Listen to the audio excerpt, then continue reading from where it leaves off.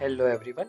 Doctor Jaya's biology में आप सबका स्वागत है। I have completed my BDS from civil hospital Ahmedabad, completed my MA in clinical psychology. So मेरा कॉन्सेप्ट है let's learn biology as an art. Biology art की तरह पढ़ सकते हैं, एंटरटेनमेंट के साथ पढ़ सकते हैं। ये बिल्कुल बोरिंग सब्जेक्ट नहीं है, इसको आर्ट की तरह पढ़ सकते हैं, आर्ट की तरह सीख सकते हैं।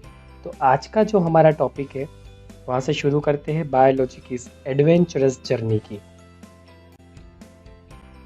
Hello everyone, I am doctor जय शिरपरा। बायोलॉजी के इस लेक्चर में आप सबका स्वागत है। आज हम बायोडाइवर्सिटी के अंदर लॉस ऑफ बायोडाइवर्सिटी के बारे में डिस्कस करने वाले हैं। ये बहुत एक सीरियस इशू है, loss of biodiversity.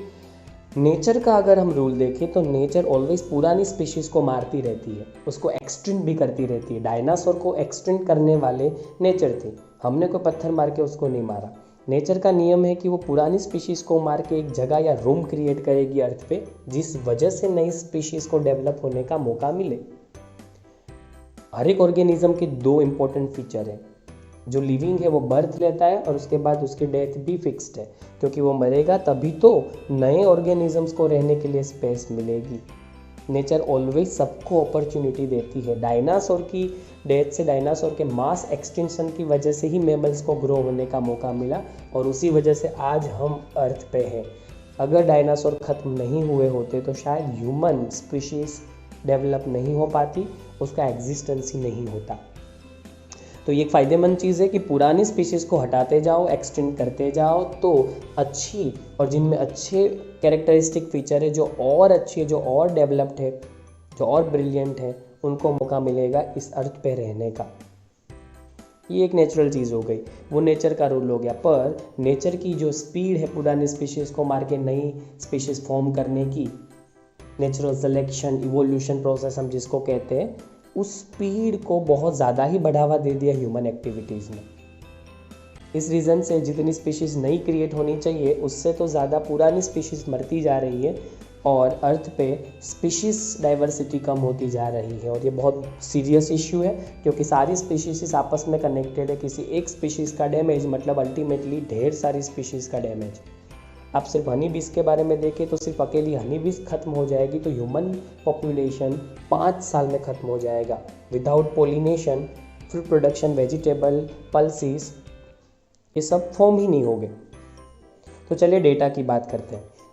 According to IUCN red list declare करता है। तो 2004 का रेड लिस्ट था, उसमें IUCN ने बताया कि 784 स्पीशीज़, जिनमें से अगर हम देखें तो 338 वर्टिब्रेट्स थे, 359 इनवर्टिब्रेट्स थे और 87 प्लांट्स थे। ये ऑलरेडी एक्सटिंक्ट हो चुके, ख़त्म हो चुके पिछले 500 सालों में। और उनमें सबसे बड़े एग्जाम्पल्स हम देखें, जो बहुत फेमस एग्जाम्पल हमें दिखाए गए हैं, डोडो जो मॉरिशस में पाया जाता था, क्वागा जो अफ्रीका में, थाइलेसीन ऑस्ट्रेलिया, स्टेलर सिकाउ रसिया, और 3 सब स्पीशीज थी टाइगर की, बाली टाइगर, जावा टाइगर और कास्पियन टाइगर, वो खत्म हो चुके हैं, आज है नहीं। ये है डोडो,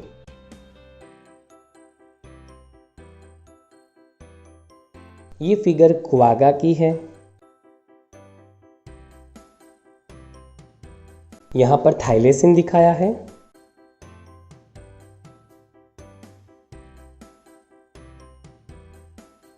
ये स्टेलर सिकाव है। फिगर से आपको पता चल रहा होगा कि ये साइज में कितनी बड़ी होगी, जो आज एक्सटिंक्ट हो गई है।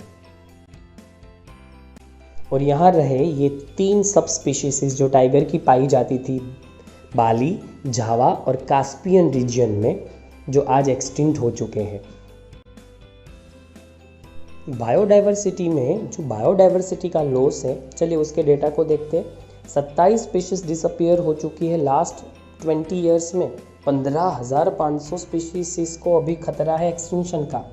उनमें से 12% बर्ड्स हैं, 23% मैमल्स, 32% एम्फीबियंस, 31% जिम्नोस्पर्म जिनको खतरा है। इसका मतलब ये नहीं ये एक्सटिंक्ट हो चुके, ये अभी भी प्रेजेंट है अर्थ पे। अगर हम पूरी प्रॉपर केयर करें और अगर ये जो एक्सटिंक्शन का फियर है, जो थ्रेट है, अगर उसको सीरियस लें तो हम ये 15,500 से ज़्यादा स्पीशीज़ को अर्थ पे पूरी तरीके से ख़त्म होने से बचा सकते हैं। तो वैसे हम जानते हैं कि ये नेचर का रूल है कि पुराने स्पीशीज़ को मार के वो नई स्पीशीज़ के लिए रूम और स्पेस क्रिएट करती हैं। The current species extinction rate is 100 to 1000 times faster then in the pre human time. ज़रूर एक्सटिंक्शन होता रहा है और होगा, नेचर ही एक्सटिंक्शन करवाती है, नेचर ही पुराने स्पीशीज़ को मारती है जिससे नई स्पीशीज़ क्रिएट हो, पर उसका रेट कम होता है।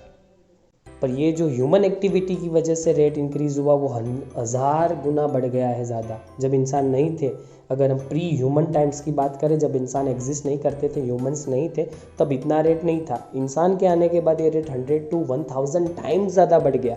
ये बहुत ही सीरियस है क्योंकि ये बहुत ज़्यादा लेवल पे इंक्रीमेंट दिखा रहा है। If the present trends continue, अगर यही चीज़ चलती रही जो आज चल रही है, ह्यूमन एक्टिविटी की वजह से जो भी स्पीशीज़ खत्म हो रही है, तो ये प्रोसेस अगर चलती रही तो half of the all species on earth might be wiped out with in the next 100 years. आने वाले 100 सालों में आधी स्पीशीज़ अर्थ की खत्म हो जाएगी। जहाँ हम नेचर की बात करें तो नेचर ने इस स्पीड से ख़त्म नहीं किया किसी स्पीशीज़ को जिससे पूरी स्पीशीज़ ही ना बचे अर्थ पे, अर्थ खाली हो जाए बिल्कुल। नेचर ने उस तरीके से पुरानी स्पीशीज़ को खाली किया कि जैसे नई स्पीशीज़ आ जाए, तो वो जो वैक्यूम और जो स्पेस क्रिएट हुई थी वो भर गई।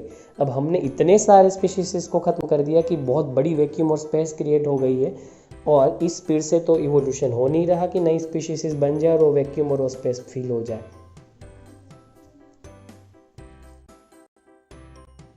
अब बात करते हैं एक्सट्रीमली सीरियस इश्यू के बारे में, जो फिलहाल का रिसेंट टाइम का सबसे बड़ा इश्यू है, बायोडाइवर्सिटी लॉस।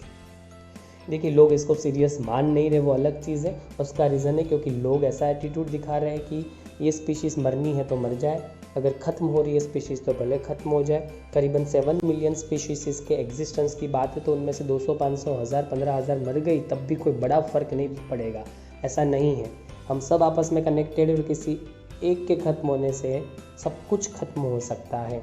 इस इकोसिस्टम में हर एक स्पीशीज़ का अपना अपना एक रोल है जो नेचर ने डिसाइड किया है, और वो रोल बेटर तरीके से प्रॉपरली वही प्ले कर सकता है। तो अगर किसी स्पीशीज़ का एक्सटिंक्शन हो जाता है, वो ख़त्म हो जाती है, तो वो रोल प्रॉपरली प्ले नहीं होगा और ये पूरी इकोसिस्टम क्रैश हो जाएगी, और इसी के साथ हम भी, क्योंकि इकोसिस्टम से ही हम ऑक्सीजन लेते हैं, उसी से हम फूड लेते हैं, वही हमारे सर्वाइवल और एग्जिस्टेंस का एक रीज़न है।